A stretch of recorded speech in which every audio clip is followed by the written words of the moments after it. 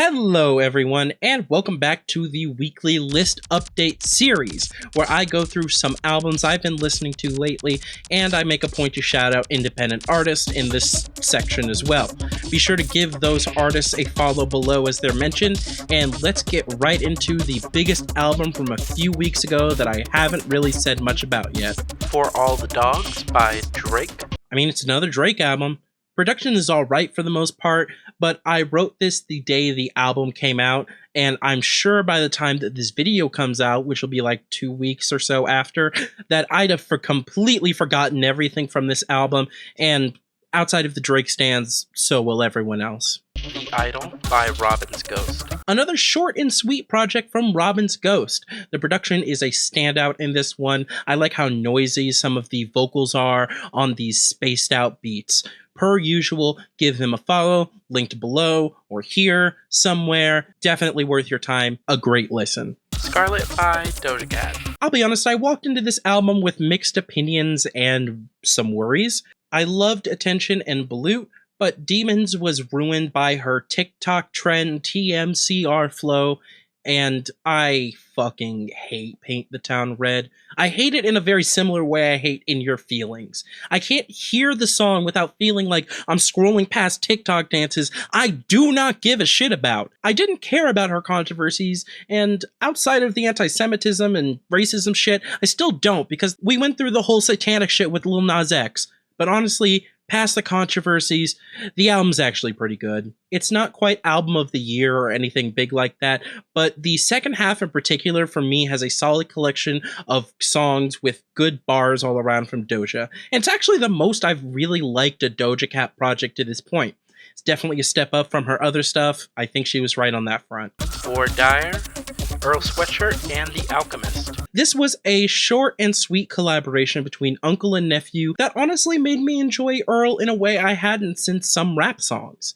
There's a bit more life in this release than some of Earl's more recent work, and it makes for a definite recommendation for the project. If nothing else, so you can hear more Vince Staples, who is never a disappointment, except for that one song on here at the end, Caliphate. Come on, I kind of expected a little better. Care for Me by Saba. I've seen this album hailed as a classic throughout the internet, and so many people have been talking about it, so I did go into this album a bit skeptical, as I do with such modern acclaimed albums. I don't know if I'd put it in the best of that year, but it's definitely in that range, with some solid and soulful performances throughout its runtime. Care for Me, solid record. I think it does deserve a lot of the acclaim it gets. Hunky Dory by David Bowie. As much as I like David Bowie albums, and this one is absolutely no exception, I often don't have much to say beyond that this is a collection of incredibly solid tunes with solid catchy melodies and some absolutely shredding guitars and parts. Although the opener changes, which I know is a classic, it did sound a little bit weird to me at first, until I remembered the only version of this song I had heard up until this point was from Shrek 2. Fanfare, Dorian Electra. My end of the year albums are going to be such a fucking whiplash. I was a bit skeptical going into this album as well from the singles, which I thought were okay, but the singles work so much better in the context of what I would call Dorian Electra's grandest album. I'd almost describe it as kind of their version of Sawayama, and it packs just about as many hits. It's got a few weaker moments in the middle and a little bit towards the end, but this track list is still, for the most part, consistently packed with some of the hardest hitting bangers of the year. God damn, this shit goes hard. And again, required listening if you're a homosexual. Long Live ASAP, ASAP Rocky. I enjoy this album most when it finds a solid beat to write a song around, but at its worst, it does feel like runoff from Live Love ASAP, the previous mixtape to this album.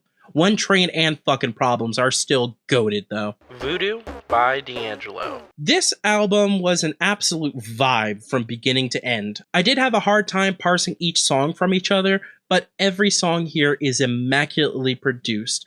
Those vocals are gorgeous, and this is a great introduction to D'Angelo if you're looking to expand your neo-soul knowledge. Black Messiah by D'Angelo and the Vanguard. I figured as long as I was here, I may as well check out D'Angelo's most recent project as well. And I'ma keep it real with y'all. This shit's a fucking amazing. It reminds me of Voodoo in a lot of ways, but it feels updated and a bit more timeless than Voodoo did. It feels like an album that definitely inspired a bit of To Pimp a Butterfly, and that is never a bad thing. I'd recommend listening to Voodoo first, but if you liked it, this shit, life-changing. This is some great shit right here. And that is all for this week. Be sure to follow the artist I have mentioned, and I'll see y'all for this week's reviews. Pieces.